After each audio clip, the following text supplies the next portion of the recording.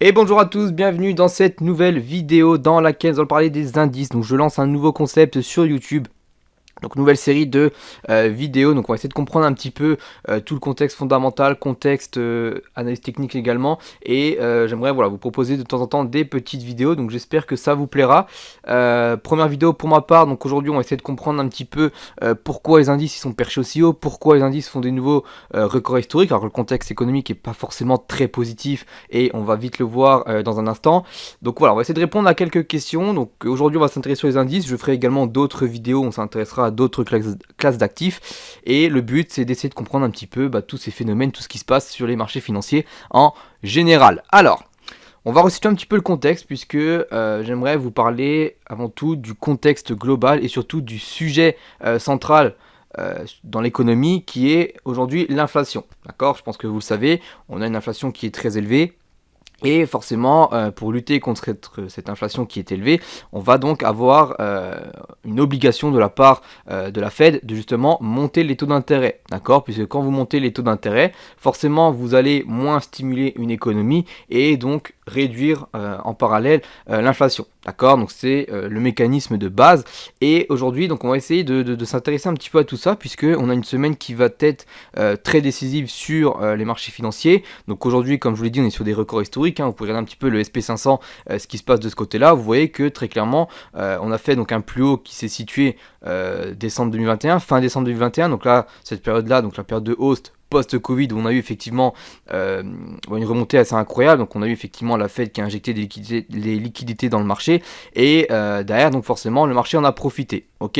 Aujourd'hui, on assiste à peu près la même chose, d'accord. C'est-à-dire que on a quand même une petite baisse juste ici. Donc la baisse effectivement qui a été matérialisée grosso modo par justement des taux d'intérêt qui continuent de monter, etc. Donc forcément pas très positif pour les marchés. Et derrière donc une grosse hausse des marchés assez incroyable. On peut regarder un petit peu du côté, donc là je suis sur le SP500, donc l'indice qui regroupe les 500 plus grosses capitalisations boursières américaines, et vous voyez qu'il a quand même pris 24% en ligne droite, d'accord. Donc c'est quand même assez incroyable, puisque vous voyez qu'on n'a pas eu une seule correction. Ok, on aurait pu très bien se dire, ok, on y va quand même en escalier, ça aurait été un petit peu plus propre et un petit peu plus intéressant aussi pour notre côté. Vous allez vite le comprendre pourquoi juste après. Mais là, vous voyez qu'on est quand même monté en ligne droite. Ok. Maintenant, aujourd'hui, ce qu'il faut essayer de comprendre, et on a eu donc notamment la semaine dernière, donc je vais vous afficher un calendrier économique, on va essayer de décortiquer un petit peu les chiffres puisque c'est important de comprendre ce qui se passe. Donc là je suis sur le calendrier économique de la semaine dernière, ok. Donc on a effectivement un chiffre qui est très important, qui est le chiffre de l'inflation, d'accord. Donc le PCE Core et le PCE qui sont les chiffres qui sont les plus regardés par la Fed, d'accord. Donc qui est tout simplement l'indice des prix à la consommation des ménages. Donc vous avez le chiffre en période annuelle, donc sur 12 mois glissants, et le chiffre qui sort donc tous les mois, ok. Si on regarde un petit peu ce qui se passe justement du côté de ces chiffres-là, on a eu effectivement, on peut même regarder un petit peu en détail, c'est pas un problème, on va essayer de comprendre un petit peu ce mécanisme et derrière essayer d'en tirer une conclusion sur les marchés.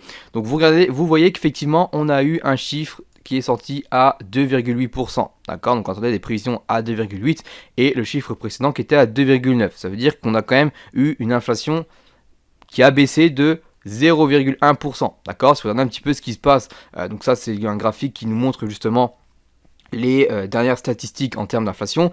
Vous voyez qu'on est quand même sur une pente plutôt assez intéressante. On voit bien que la montée des taux d'intérêt qui a été faite par la Fed, elle fait quand même plutôt du sens, d'accord. On voit qu'on est quand même sur une petite baisse relativement intéressante, ok.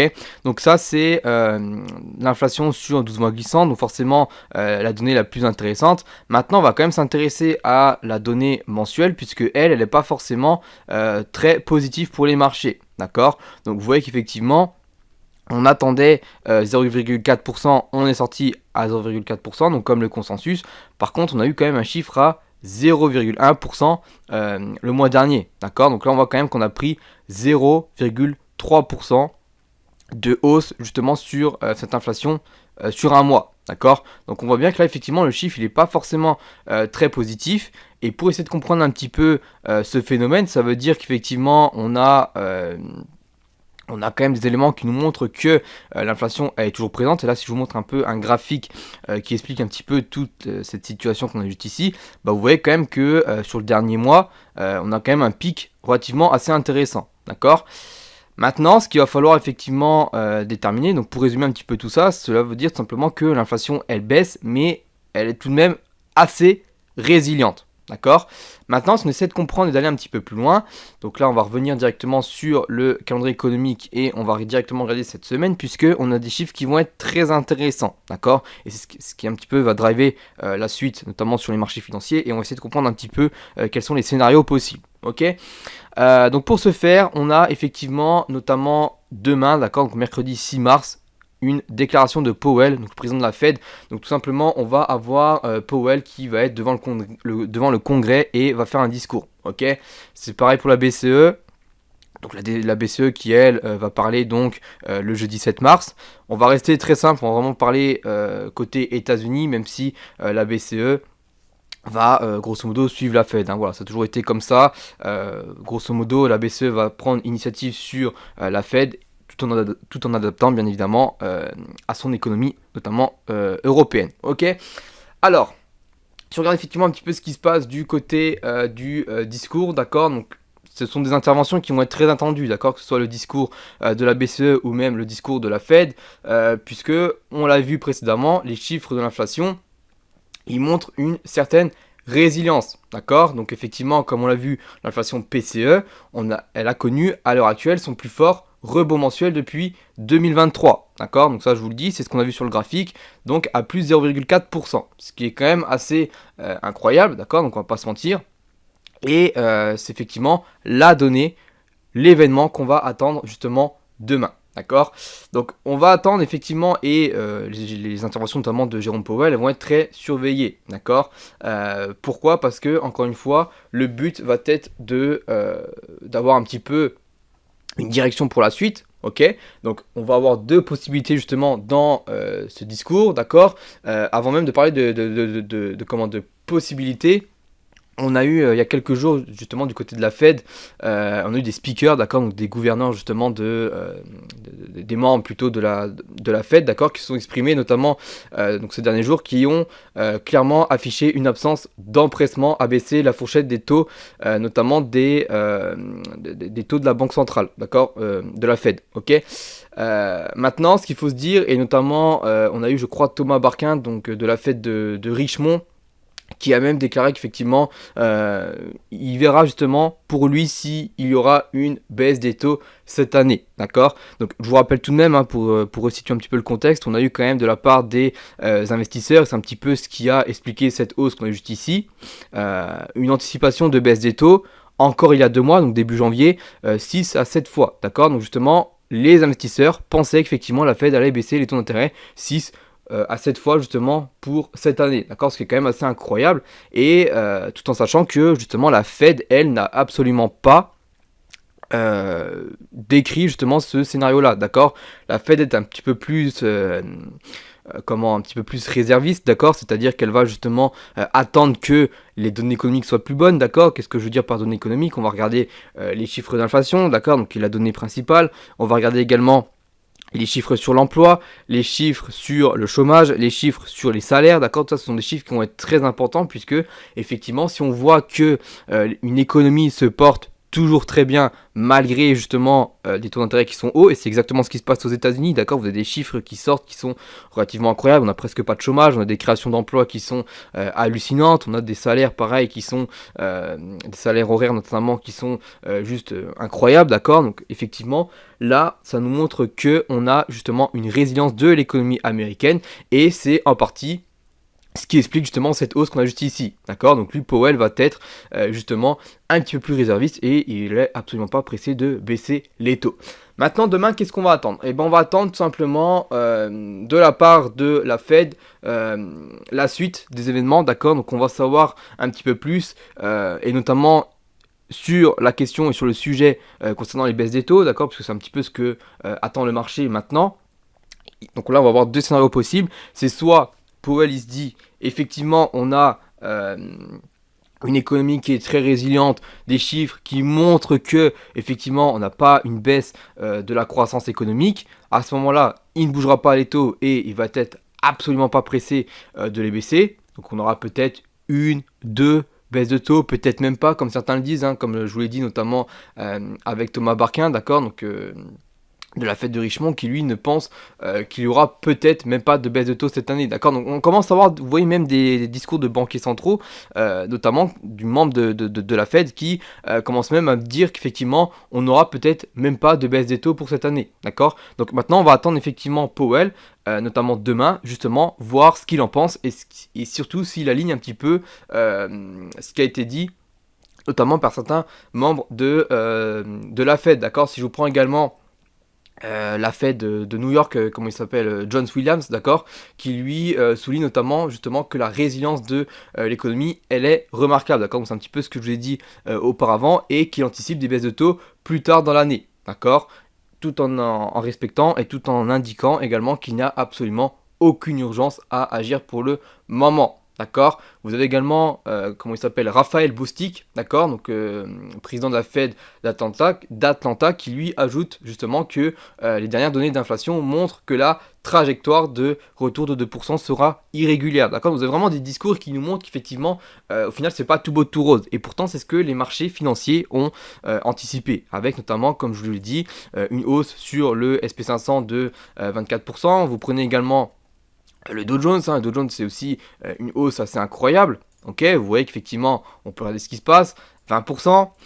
Le Nasdaq, c'est la même chose, d'accord. Vous prenez tous les indices et vous voyez qu'au final, on est quand même sur des hausses assez incroyables. Le Nasdaq qui prend 27%, boosté notamment par l'intelligence artificielle, d'accord. C'est aussi ce qui explique un petit peu cette hausse qu'on a juste ici. Et au final, les données sur l'inflation, le marché, il s'en fiche un petit peu. Maintenant, lui, ce qui l'intéresse, c'est surtout les données sur l'intelligence artificielle. Là, c'est pareil. On en parlera peut-être dans une autre vidéo, mais c'est quelque chose qu'il faut prêter attention, puisque c'est aussi un des sujets qui fait que le marché monte notamment ces derniers temps, d'accord. Donc ça peut être le sujet d'une autre vidéo, mais aujourd'hui on va vraiment rester sur les données par rapport au discours qu'on aura demain, ok.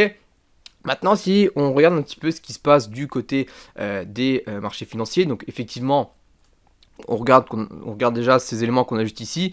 Donc je vous ai tracé une oblique sur le Dow Jones, on a la même sur le SP500 que je peux également vous tracer, et au final c'est un petit peu ça qui sert de résistance et qui va driver, j'ai envie de dire, la suite des événements, d'accord, puisque effectivement si on a un discours, donc cette oblique qui est juste ici, qui passe par plusieurs points de contact, d'accord, que vous avez donc à ce niveau là, maintenant c'est un petit peu cette oblique là qui va servir de la suite justement pour les marchés financiers. Si effectivement Powell commence à dire bon bah ok très bien, l'économie on voit que ça se passe bien, mais l'inflation ça se passe aussi plutôt bien, on est plutôt dans les objectifs, on y arrive progressivement, etc. Même si je vous rappelle que l'objectif de la Fed c'est 2% d'inflation, on est toujours au-dessus, on est à 2,8 encore aujourd'hui, et on voit bien qu'effectivement on a eu un chiffre en mensuel justement qui n'est pas forcément terrible. Ok, donc cette oblique là va être très importante, puisque effectivement si on a un Powell qui dit et qui va être plutôt rassurant en disant voilà on va commencer à baisser les taux, etc. Très prochainement, vous pouvez avoir un marché qui va très certainement continuer de pousser à la hausse, d'accord, puisqu'on aura une bonne nouvelle pour le marché, ok. Vous avez également cette MM7 hebdomadaire qui peut faire office de soutien, d'accord, donc on peut effectivement avoir une continuité des marchés, peut-être stabiliser un petit peu sur cette oblique là et justement continuer de partir à la hausse, ok. Pour moi, encore une fois, j'estime que ce n'est pas justifié, puisque tout est pricé dans les cours. D'accord, on est quand même, comme je l'ai dit, sur une hausse de 24% en ligne droite. On est à 5120 à l'heure actuelle sur le SP500. C'est tout simplement hallucinant. D'accord, je vous rappelle, on n'est pas dans un contexte où tout est beau, tout est rose, l'inflation elle est à 2%. Dans l'économie, tout se passe bien, etc. Et au final, on peut se permettre de tout acheter n'importe quoi, n'importe comment. D'accord, donc pour moi, voilà, encore une fois, faire attention, mais on arrive quand même sur des grosses zones, et effectivement, à moins que Powell dise une nouvelle incroyable, je vois pas comment les marchés pourraient continuer de monter, d'accord. Pour moi, j'aimerais plutôt voilà, qu'on ait quelque chose, une petite stabilisation, et je vois plutôt un Powell qui pourrait notamment annoncer peut-être un petit peu plus d'incertitude concernant l'inflation, et peut-être nous dire bon bah voilà, on sait pas trop encore avec l'inflation, on a des données qui nous montrent qu'effectivement on peut avoir potentiellement des rebonds un petit peu plus importants, et peut-être que ça prendra un petit peu plus de temps que prévu, d'accord. Et là donc en conclusion, enfin tout en concluant qu'effectivement on aura peut-être des baisses de taux, oui, mais en fin d'année. D'accord. Et à ce moment-là, effectivement, pour avoir un marché qui corrige un petit peu. Et voilà, si on retournerait déjà sur la MM7 qu'on a juste ici en hebdomadaire, ce serait déjà un point assez important. Et si on commence à s'installer là en dessous, on aurait peut-être une correction un petit peu plus importante, d'accord, qui serait tout à fait possible et surtout tout à fait légitime. Voilà, encore une fois, si je vous prends un retracement de Fibonacci, on peut regarder un petit peu ce qui se passe juste ici en hebdomadaire. Vous voyez que même si on revient sur les 38,2 qui sont à 4790, on viendrait absolument pas remettre en cause toute cette tendance haussière qui a été faite jusqu'à maintenant, d'accord? Je dirais même jusqu'au 50%. Ce serait quelque chose de tout à fait envisageable et on remettrait absolument rien en cause. Vous voyez qu'il y a quand même de la place pour une correction et pour moi, il faudrait qu'on ait cette petite correction de façon à ce qu'on ait quelque chose de plus simple, parce que là, il faut se dire une chose, si on commence à casser, et surtout sur les SP500 notamment, on commence à payer 20 fois les bénéfices des actions, d'accord? Donc c'est quand même assez incroyable, et si on continuerait à être poussé parce que, encore une fois, Powell est plutôt positif et qui dit des choses qui va plaire au marché tout simplement, faut faire attention parce que derrière on peut commencer à rentrer dans un phénomène de bulle spéculative et continuer de pousser et derrière arrivent les élections américaines en fin d'année, voilà, ça c'est pareil, c'est un autre sujet mais qui peut venir perturber les marchés et au final se retrouve avec une Fed qui commence à manipuler un petit peu les taux, les baisser etc. pendant cette période là et là on peut très bien avoir derrière une dégueulade, et là ça peut être assez incroyable et assez frappant justement pour certaines personnes, d'accord? Donc voilà, moi je préférais qu'on ait quand même quelque chose un petit peu plus sain, voilà, qu'on rebaisse un petit peu, qu'on consolide et que ça repart tranquillement, plutôt que voilà, on continue de pousser comme ça à la hausse au final, sans forcément de raison, puisque maintenant à l'heure actuelle, tout ce que je vous ai dit là, ça a été pricé dans les cours. Maintenant, voilà, encore une fois, je vois qu'on achète un petit peu tout et n'importe quoi, que les investisseurs en général se posent même pas de questions. D'accord. Là, comme je vous l'ai dit, on a le phénomène intelligence artificielle qui commence à rentrer en compte en plus de ça. Voilà, on s'en fiche un petit peu des mauvaises nouvelles et nous ce qui nous intéresse, toutes les bonnes nouvelles qui sont présentes, on les achète, d'accord? C'est un petit peu ce qui se passe à l'heure actuelle sur les marchés. Donc une petite correction, voilà, je vous le dis comme ça, ce serait absolument pas délirant et ça ferait totalement du sens, ok? Concernant le Dow Jones, alors Dow Jones, c'est pareil, hein, de toute façon, les indices sont un petit peu orientés de la même manière. Donc vous avez cette oblique là qui montre bien qu'effectivement on est sur un niveau résistance. Donc là, c'est la même chose. Donc Dow Jones qui est un petit peu plus faible, puisque lui profite un petit peu moins de l'intelligence artificielle, étant donné qu'on a beaucoup plus de données de l'industrie justement dans cet indice là, d'accord, mais vous voyez qu'effectivement on est quand même sur une hausse assez incroyable, ok, donc on voit bien qu'effectivement ça commence à ralentir un petit peu ici et qu'on n'a plus de relais haussier, mais là c'est pareil, attention, parce que si on continue de pousser comme ça à la hausse, ça veut dire nouveau record historique, nouveau plus haut, etc., et derrière on n'a plus forcément de données là où ça pourrait aller. Si ce n'est que, après, voilà, le but c'est de prendre des extensions de Fibonacci. On peut regarder un petit peu ce qui se passe en prenant notamment la dernière baisse qu'on a juste ici. Mais après, ça peut vous mener à des niveaux qui sont quand même assez incroyables. D'accord? Si je vous prends ce Fibo là, après, vous avez sur le Dow Jones déjà le niveau des 40 000. Mais après, voilà, on peut avoir des niveaux comme ça, 43 000. Et si on commence à se retrouver sur des scénarios comme ça, où on continue de pousser à la hausse au final sans forcément d'arguments, attention derrière à ce que on se prenne pas l'effet boule de neige et que ça retombe comme ça derrière. D'accord? Avec en plus de ça, comme je l'ai dit, les élections américaines en fin d'année qui pourraient venir un petit peu bouleverser le tout. D'accord? Donc voilà, vraiment faire attention avec tout ça. Moi, voilà, encore une fois, je vous le dis, au vu des événements, et on en saura plus notamment demain. Donc il y a un discours demain, et il me semble qu'il parle également jeudi, d'accord? Donc deux discours où il expliquera un petit peu. Alors je ne pense pas qu'il va parler que de la politique monétaire et de l'inflation, peut-être qu'il abordera également d'autres sujets, notamment sur les banques régionales américaines, etc. Bref, voilà, nous encore une fois, ce qu'on attend, c'est un petit peu plus d'arguments, et voilà, ce qu'il va falloir surveiller notamment sur le Dow Jones, donc cette oblique qu'on a juste ici, et si on a un phénomène de correction, vous avez potentiellement une oblique ici qu'on peut également surveiller qui sera un petit peu le niveau. Donc là on est dans ce qu'on appelle au final une sorte de figure de compression, d'accord. Donc maintenant dans quel sens on va en sortir, ça dépendra du discours de demain, mais voilà, pour moi une petite correction comme ça, à ce qu'on revienne au moins jusqu'ici, ne serait absolument pas délirante, ok. Le Nasdaq qui profite également forcément de toute cette hausse qu'on a juste ici. Donc le Nasdaq c'est pareil, je vais tracer un canal haussier qui montre bien qu'effectivement on a plutôt quelque chose de propre et bien respecté. Là on arrive pareil sur une figure, sur un haut de canal plutôt, excusez-moi, et là c'est pareil, voilà, ça va être décisif si maintenant effectivement on a un discours qui est, comme je dis, pas très rassurant. Il y a de fortes probabilités qu'on revienne comme ça là en dessous et qu'on commence à potentiellement revenir là en bas, d'accord. Et encore une fois, ça ne remettrait absolument pas en cause toute cette tendance qu'on a juste ici, ok. Si je vous prends un Fibonacci, c'est la même chose, vous voyez que on est très clairement sur des niveaux qui sont pas délirant. Voilà, si on revient ici 16 800, encore une fois, on remet absolument rien en cause, d'accord? Donc voilà, il faut qu'on ait quelque chose, il faut une petite correction des marchés, d'accord? Encore une fois, je dis pas qu'il faut qu'on retourne là en bas et que voilà, non, c'est pas ça le délire, c'est plutôt on corrige un petit peu, voilà, on se balade un petit peu comme ça, par là, voilà, on rebaisse, on remonte, etc. Voilà, petit excès par le bas et on repart tranquillement, d'accord? Moi, j'aurais plus une chose comme ça, donc seulement on serait sur quelque chose de beaucoup plus sain et derrière beaucoup plus intéressant justement pour la suite, d'accord? Puisqu'encore une fois, oui, on est quand même sur un sujet potentiel de baisser les taux d'intérêt, donc ce qui est quand même plutôt positif en soi. Maintenant, attention, on est quand même sur des chiffres qui sont assez résilients et ce n'est pas tout beau tout rose, d'accord? Donc voilà, méfiance, vous avez mes scénarios, donc moi je pense qu'effectivement une petite correction ne serait absolument pas délirante. Encore une fois, voilà, si je vous prends effectivement une petite correction de 4-5%, c'est absolument rien du tout par rapport à toute la hausse qui a été faite, d'accord? Donc voilà, c'est vraiment, on en saura plus demain de toute façon, mais vous avez un petit peu mon scénario. Donc, bah écoutez, je sais pas si vous êtes d'accord avec moi, n'hésitez pas à me laisser vos commentaires, me partager un petit peu votre ressenti. Est-ce que pour vous cette hausse, elle est normale? Est-ce que pour vous, effectivement, c'est totalement justifié et qu'on devrait même aller beaucoup plus haut parce que les nouvelles vont être bonnes, parce que au final tout se passe bien? Voilà, laissez-moi un petit peu vos commentaires, je lirai vos avis bien évidemment. Et voilà, n'hésitez pas à laisser un petit pouce bleu, abonnez-vous et j'espère que ce contenu, cette nouvelle série de vidéos vous plaira. Et bien évidemment, si vous avez aussi des idées de vidéos, n'hésitez pas à me le faire savoir dans les commentaires. Très bonne journée à tous et à toutes et je vous dis à plus tard pour une prochaine vidéo.